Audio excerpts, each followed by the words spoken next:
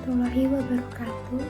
Perkenalkan, nama saya Farasya Lumintang Ragasa Susilo, NIM D1A 019162, kelas B 2019.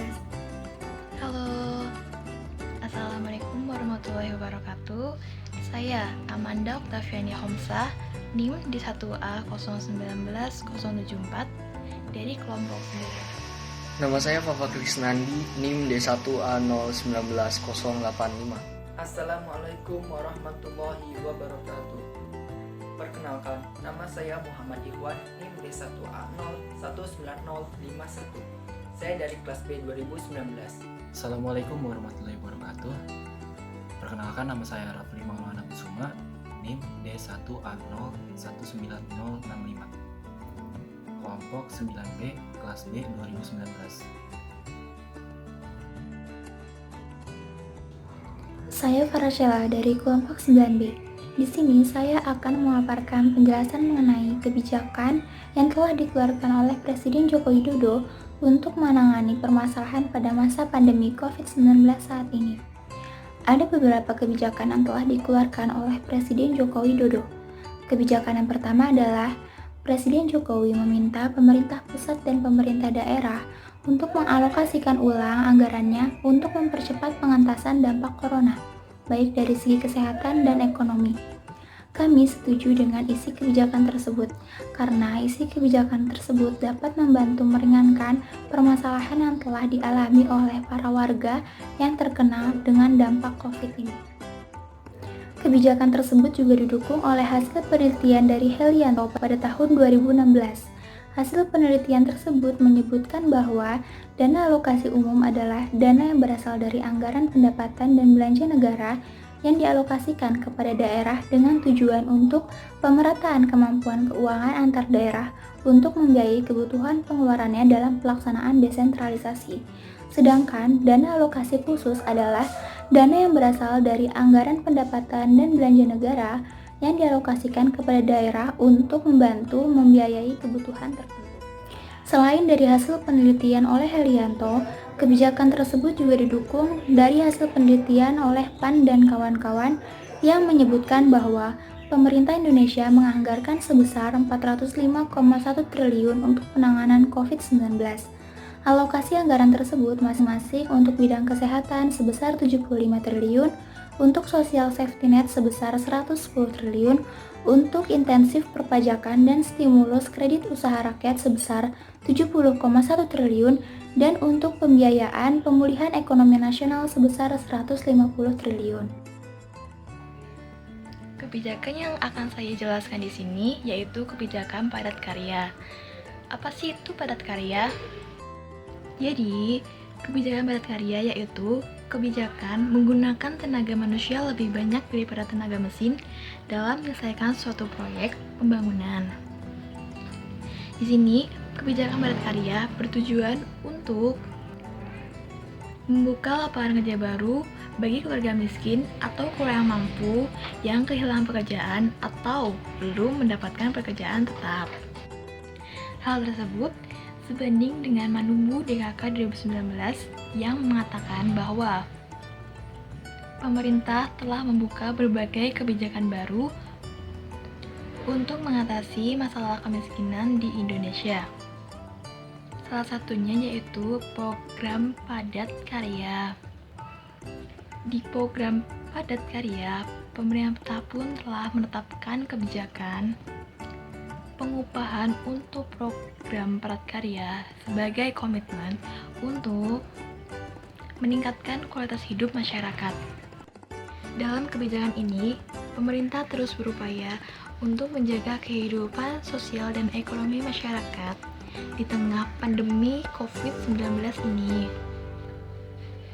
Presiden Jokowi dalam rapat terbatas meminta para jajarannya di kementerian dan lembaga agar program padat karya tunai dipercepat dan lebih diperbanyak sehingga lapangan kerja yang terbuka semakin banyak dan dapat menjaga daya beli masyarakat di pedesaan. Menurut Presiden, program dari sejumlah kementerian dapat mendukung dari program padat karya tersebut.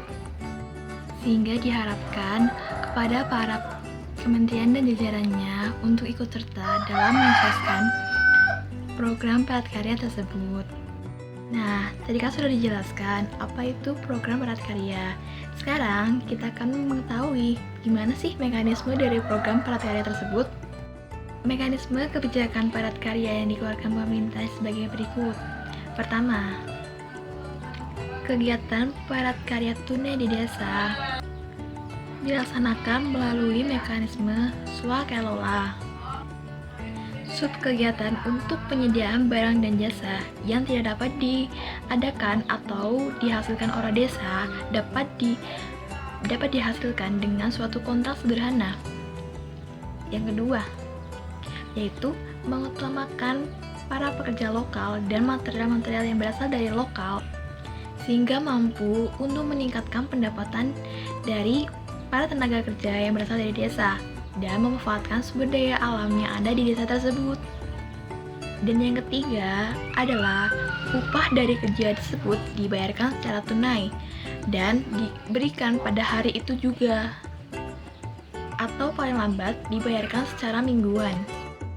Manfaat dari program padat karya tersebut yaitu meminimalisir penderitaan masyarakat akibat COVID-19 ini. Dikarenakan banyak sekali para pekerja yang kehilangan pekerjaannya akibat wabah ini. Oleh karena itu, program ini diharapkan dapat berjalan dengan lancar sehingga dapat mengurangi beban pekerja, khususnya pekerja desa yang mendapatkan upah kecil. Sebenarnya sudah banyak kebijakan pemerintah lain yang dikeluarkan untuk mengatasi masalah COVID-19 ini. Kebijakan yang dikeluarkan pemerintah tentu saja untuk mengurangi beban para masyarakat di era sekarang. Oleh karena itu, kita sebagai rakyat seharusnya patuh dengan apa yang telah ditetapkan oleh pemerintah. Pemerintah hanya berharap agar COVID-19 ini segera hilang dari Indonesia dan tidak menyebar dengan luas sehingga merugikan negara kita sendiri. Selanjutnya mengenai kebijakan Jokowi dalam menghadapi pandemi corona. Jokowi meluncurkan dua kartu saktinya, yaitu kartu sembako murah dan kartu prakerja. Mengenai kartu sembako murah, Jokowi melakukan kebijakan yaitu sebuah penambahan sebesar 50.000 terhadap kartu sembako murah, sehingga yang tadinya 150.000 menjadi 200.000. Menurut Handini dan kawan-kawan 2019, kartu sembako murah adalah kartu yang diberlakukan pemerintah bagi masyarakat berpenghasilan rendah agar dapat membantu mereka memenuhi kebutuhannya. Menurut kami kebijakan ini sangat tepat karena kita tahu bahwa dengan adanya corona di Indonesia, karena Indonesia sedang mengalami corona pandemi ini, masyarakat dihimbau untuk melockdownkan diri di rumah agar tetap di rumah dan mereka tidak bisa keluar rumah sehingga banyak aktivitas yang terhenti. Dan dari sini kita juga tahu bahwa dengan adanya lockdown mereka tidak bisa bekerja, sedangkan masyarakat berpenghasilan rendah rata-rata adalah masyarakat yang pekerjaannya benar-benar bahasanya kayak selalu di luar gitu, selalu di luar seperti kayak ya tukang beca atau kurir kayak gitu. Karena hal itu mereka bakal tersusahkan karena adanya lockdown ini. Oleh karena itu jika mereka memegang kartu sembako murah, mereka mendapatkan bantuan sebesar 200.000. Oleh karena itu kami benar-benar setuju dengan kebijakan Jokowi menambah kartu sembako murah ini. Karena ya walaupun nominalnya tidak seberapa, yaitu 200.000 per bulan, tapi setidaknya benar-benar bisa membantu masyarakat menengah ke bawah untuk bertahan hidup menghadapi corona ini. Selanjutnya, kartu prakerja. Kartu prakerja, Jokowi melakukan kebijakan untuk cepat-cepat mengimplementasikan kartu prakerja untuk menolong dan mengatasi para pekerja yang terkena PHK, pekerja yang kehilangan pekerjaannya, serta pengusaha yang omsetnya dan pasarnya hilang. Ya karena bukan hilang sih, kayak lebih terbatas atau kayak gitulah bahasanya, terbatas. Menurut Konswell tahun 2020, kartu prakerja adalah jaring pengaman sosial yang dibuat oleh pemerintah untuk mengembangkan dan melatih kompetensi masyarakat agar menjadikan mereka sumber daya manusia yang mumpuni. Nah, dari sini kita tahu bahwa kartu prakerja ini adalah sebuah pelatihan, bukan kartu untuk mendapatkan pekerjaan, namun untuk melatih keterampilan dari masyarakat. Menurut kami kebijakan ini tidak tepat karena menurut kami ini tidak masuk akal, karena yang sedang kita hadapi adalah pandemi corona, dan bagaimana mereka bisa mendapatkan pelatihan keterampilan sedangkan mereka harus melockdownkan diri di rumah. Ya, Jokowi juga mengatakan bahwa pelatihan dialihkan menjadi daring, namun menurut kami pelatihan secara daring tidak bisa menghasilkan sumber daya manusia yang optimal. Jadi keterampilan mereka tidak benar-benar matang gitu. Dan karena hal ini tidak benar-benar efisien dan tidak baik, menurut kami ini hanya buang-buang anggaran pemerintah. Oleh karena itu, sebaiknya kartu prakerja ditunda dulu. Setelah pandemi corona ini selesai, kartu prakerja diimplementasikan, kami benar-benar setuju kalau seperti itu. Namun dalam menghadapi pandemi ini, kami tidak setuju bahwa kartu prakerja harus cepat-cepat diimplementasikan. Dan juga kalau mereka selesai dalam pelatihannya, lalu bagaimana? Lalu mereka harus apa? Mereka masih harus melockdownkan diri. Mereka tidak bisa mencari pekerjaan keliling kan. Oleh karena itu, ya kembali lagi, kartu prakerja ini sebaiknya ditunda dulu. Karena ya, dalam menghadapi pandemi ini masyarakat lebih membutuhkan bantuan langsung secara tunai. Di sini saya akan menjelaskan salah satu kebijakan yang dikeluarkan oleh pemerintah Joko Widodo dalam menghadapi situasi pandemi virus corona seperti saat ini. Kebijakannya adalah pemerintah membayarkan pajak penghasilan atau PPh pasal 21 yang sebelumnya dibayarkan oleh wajib pajak karyawan di industri pengolahan. Alokasi anggaran yang disediakan mencapai 8,6 triliun rupiah. Menurut PAN dan kawan-kawan tahun 2020 dalam jurnalnya mengungkapkan bahwa untuk menjaga dunia usaha tetap normal, pemerintah memberikan intensif perpajakan PPh pasal 21 pekerja sektor industri pengolahan dengan penghasilan maksimal 200 juta rupiah dalam setahun menjadi tanggungan pemerintah 100%. Pajak penghasilan ditanggung oleh pemerintah, dan yang mendapatkan fasilitas dari kebijakan ini adalah pegawai yang berpenghasilan paling maksimal 200 juta dalam setahun dan juga merupakan pegawai yang bekerja di perusahaan yang terdampak pandemi virus corona. Selain dari dua itu, tidak mendapatkan fasilitas tersebut.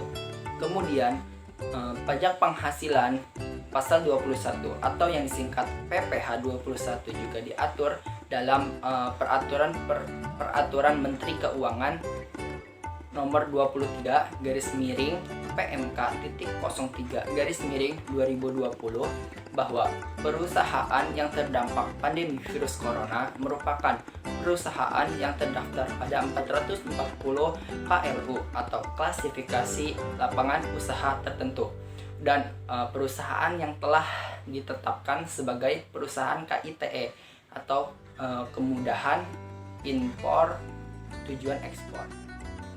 Jadi dari saya pribadi, saya sangat setuju dengan dibuatnya kebijakan ini, dikarenakan kebijakan ini sudah sangat membantu para pegawai yang mengalami kesulitan di pandemi virus corona seperti saat ini.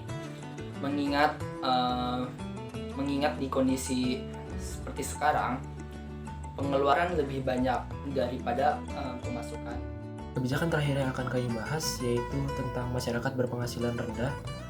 yang melakukan kredit kepemilikan rumah bersubsidi akan diberikan stimulus. Kredit kepemilikan rumah subsidi adalah kredit kepemilikan rumah yang disediakan oleh bank sebagai bagian dari program pemerintah atau Jamsostek dalam rangka untuk memfasilitasi pemilikan atau pembelian rumah sederhana sehat oleh masyarakat berpenghasilan rendah sesuai dengan kelompok sasarannya. Di tengah pandemi virus COVID-19 ini, pemerintah mengeluarkan kebijakan yang terkait dengan KPR, di mana masyarakat berpenghasilan rendah yang melakukan kredit kepemilikan rumah subsidi akan mendapat bantuan berupa 2 stimulus. Stimulus yang pertama yaitu pemberian subsidi selisih bunga selama 10 tahun dengan bunga kreditnya itu di atas 5%. Yang kedua yaitu pemberian subsidi uang muka bagi yang ingin mengambil rumah kredit bersubsidi. Stimulus tersebut diberikan oleh pemerintah agar masyarakat berpenghasilan rendah tentunya dapat melakukan kredit kepemilikan rumah. Sesuai dengan penelitian yang dilakukan oleh Wariki dan Mananeke 2015, bahwa bagi konsumen yang memiliki pendapatan terbatas, tentunya akan sangat berpengaruh terhadap keputusan pembelian dari konsumen. Kami setuju dengan kebijakan ini, karena menurut kami kebijakan ini dapat membantu masyarakat yang berpenghasilan rendah untuk melakukan kredit kepemilikan rumah subsidi dan merealisasikan keinginan mereka untuk memiliki rumah. Terutama di tengah pandemi COVID-19 ini, yang telah mempengaruhi keadaan ekonomi di seluruh dunia.